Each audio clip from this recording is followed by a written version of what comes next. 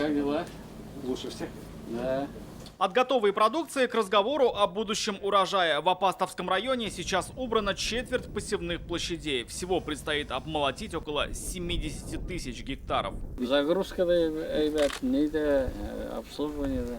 В целом, оценивая АПК района, президент обратил внимание на необходимость усиления работы по животноводству. По животноводою и по поголовью.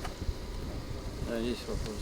На сегодняшний день на хозяйствах рассчитывается 12 809 у нас крупнорогатых скота. Из них у нас 4747 это дойных коров. Да. Я все это знаю.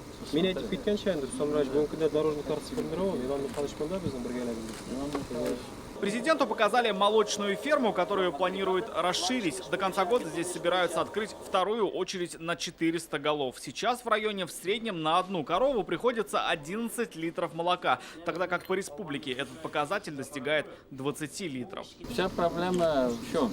Кто в деревне жил, значит, обеспечить кормами. Да, вот целая история. Если корма будут, вот как кукмары, как собак сейчас работают, значит, желающих держать коров будет больше. У вас будет качественное молоко. Минсельхоз Татарстана вместе с районными властями сейчас разрабатывает введение выгодных цен на молоко для стимулирования личных хозяйств. В июле закупочные цены в этой зоне упали с 30 до 21 рубля. Это самые низкие показатели по республике. Почему произошло такое резкое падение, разбирается антимонопольная служба. И сегодня министр озвучил принятое решение. Первый сорт молоко с личным подсобным хозяйством он будет платить 31 рубль. Ну, это молокосборщику. Но молокосборщик, мы это обсуждали, но 2 рубля он должен у себя оставлять, не больше.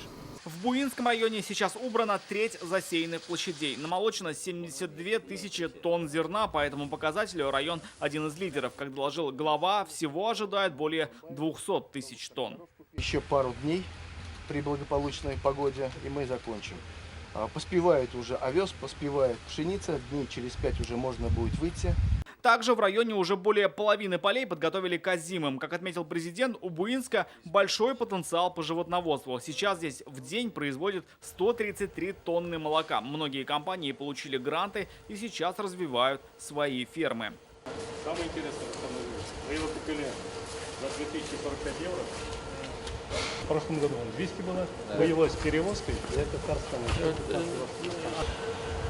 Президент осмотрел также ход капремонта и строительство социальных объектов. Обновление общежития медучилища призвано покрыть потребность в кадрах в близлежащих районах и больницах Казани. По программе формирования комфортной городской среды в Буинске к сентябрю планируют обустроить городской парк. Здесь появятся спортивные площадки, ярмарочные павильоны и музейные стенды. Потому что 13-го он убывает. Поздравляю вас. Спасибо большое, очень приятно. Спасибо большое. Какая. Благодарю, Повезло, очень приятно. это удачно. Да, да. И куда служить? Ингушетию, Ингушетию. Кавказ, да. Хорошей службы вам. Спасибо большое. Благодарю. К уборочной кампании на сегодня приступили во всех районах республики. Намолочено почти 1,5 миллиона тонн зерна. В лидерах Тетюши, Буинск, Новошишминск, Мензелинск, Нурлат. Средняя урожайность в Татарстане 39,5 центнеров с гектара. Это больше, чем в прошлые года. Рамиль Шайдуллин, Дмитрий Аринин, Давид Абдуллин, ТНВ, Апастовский, Буинский районы. Закажи рекламу на ТНВ. Телефон в Казани 5 705 100.